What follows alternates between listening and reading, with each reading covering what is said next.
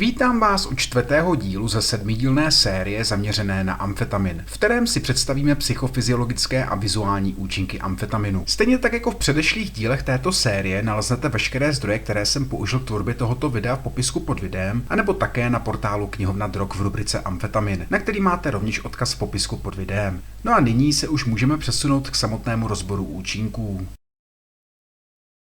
Předtím, než se zaměříme na samotné účinky, tak se podíváme na časový průběh samotného stavu intoxikace u dříve zmíněných způsobů užití. Zde je však nutno dodat, že znázorněné časové průběhy jsou ryze orientační, protože jsou založeny na datech z uživatelských reportů ze stránek Psychonaut Wiki a Erovit. Tyto hodnoty se navíc vztahují na užití pouličního amfetaminu sulfátu či hydrochloridu vysoké kvality, a to u lidí bez tolerance při užití průměrné rekreační dávky v rozsahu 10 až 40 mg orálně. V praxi se tedy může délka účinku rapidně lišit, a to na základě množství užité dávky, hladině pH trávicího traktu, kompozice drogy, individuální neurochemie a celkové individuální odezvy organismu. Takže nyní už k samotnému časovému průběhu. V případě orálního užití se prvotní známky intoxikace dostavují v rozmezí 30 až 120 minut dle obsahu žaludku. Naproti tomu u intranazálního užití se dostavují v rozmezí 5 až 20 minut. Přibližně stejnou délkou nástupu účinku disponuje i rektální a vaginální způsob užití a pochopitelně zcela nejrapidnějším nástupem účinku disponuje nitrožilní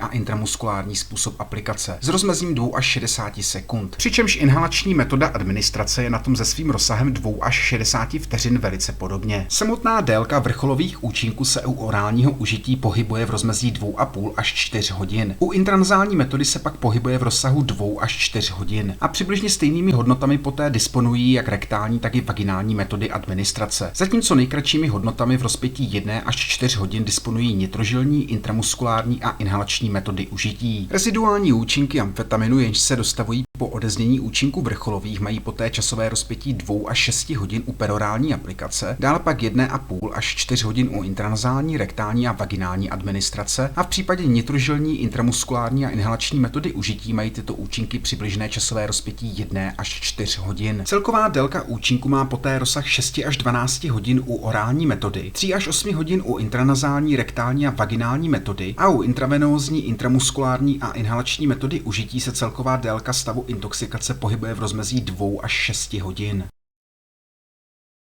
Tak a tímto jsme se dostali k samotným psychickým účinkům amfetaminu, které jsou charakterizované pocitem silné mentální stimulace a dobré nálady až euforie. Mezi další prominentní pozitivní psychické účinky patří navýšení analytických dovedností, koncentrace, pozornosti, krátkodobé paměti, motivace vykonávat monotónní činnost a zlepšení organizace myšlenek. Zde je však vhodné doplnit, že s výjimkou euforie se ostatní zmíněné pozitivní účinky dostavují pouze při užití nižších dávek. Přičemž vyšší dávky mají tendenci produkovat zmíněný pocit silné euforie a dále pak také větší prožitek z hudby a sociální disinhibici. Naproti tomu neutrální účinky zahrnují zvýšený pocit bdělosti, potlačení emocí, zvýšené libido, potlačení sugestivity, zrychlený tok myšlenek a časovou kompresi. No a nakonec tu máme negativní psychické účinky, které zahrnují kompulzivní dávkování, inflaci ega, podrážděnost, úzkost, mánii a nespavost, a při odeznívání hlavních účinků po užití vysoké rekreační dávky se mohou dostavit reziduální psychické účinky, jako je snížená motivace, letargie a kognitivní vyčerpání. Závěrem už jen doplním, že při užití nižších dávek postrádá psychický stav vyvolaný amfetaminem silný pocit intoxikace a svým charakterem je řekněme bližší účinkům kofeinu na steroidech.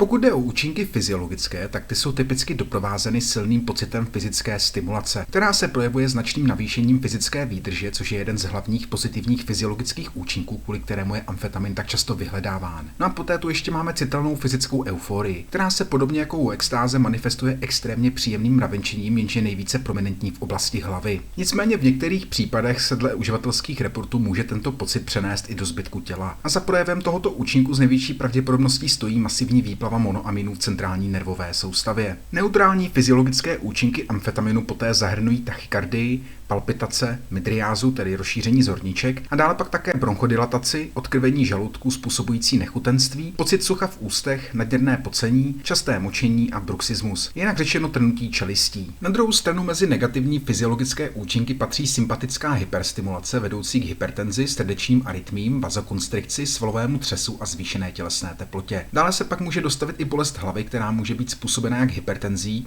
a vazokonstrikcí nebo také dehydratací, která se dostavuje při užití užití vysokých dávek a nedostatečné hydrataci. Poté ještě může dojít k projevům negativních účinků, jako je nevolnost, dočasná erektilní dysfunkce a neschopnost se vymočit. Zde ještě doplním, že celkový charakter fyzické stimulace produkovaný amfetaminem lze popsat jako vnucený. To znamená, že s postupným navyšováním dávky dochází k projevům nedobrovolných svalových pohybů, narušení jemné motoriky a dalších dříve zmíněných negativních fyziologických symptomů intoxikace.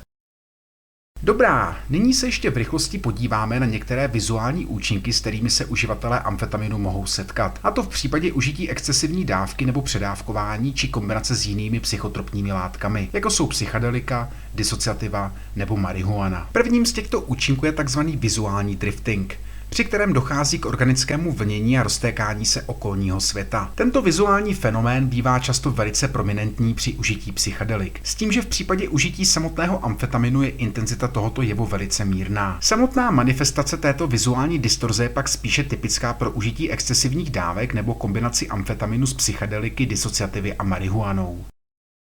Dalším vizuálním účinkem amfetaminu je poté změna míry vnímaného jasu okolního světa, přičemž v praxi má amfetamin tendenci tuto míru zvyšovat. Nicméně stejně tak jako v případě zmíněného vizuálního driftingu je intenzita tohoto vizuálního efektu relativně mírná, obzvláště pak ve srovnání s psychedeliky. V každém případě se však může tento vizuální jev dostavit i při užití standardní rekreační dávky, především pak u prvotních uživatelů, přičemž za produkcí tohoto jevu stojí midriáza očí. Posledním vizuálním jevem, s kterým se lze při užití amfetaminu setkat, jsou tzv. Vizuální tracery, což jsou stopy různé délky a průhlednosti, jež jsou zanechávány za pohybujícími se předměty. No a stejně tak jako v případě vizuálního driftingu se jedná o méně typický jev, který je zpravidla způsoben užitím excesivní dávky vedoucí k insomnii a následné spánkové deprivaci, která se právě po vizuální stránce může projevit touto vizuální distorzí. A jako bonus na závěr ještě doplním, že při akutním předávkování se mohou dostavit i vizuální delirické pseudohalucinace, podobně jako je tomu při předávkování již dříve diskutované extáze. To by tedy bylo z mé strany k dnešnímu tématu vše a v příštím díle této série se zaměřím na mechanismus vzniku závislosti, tolerance a abstinenčního syndromu.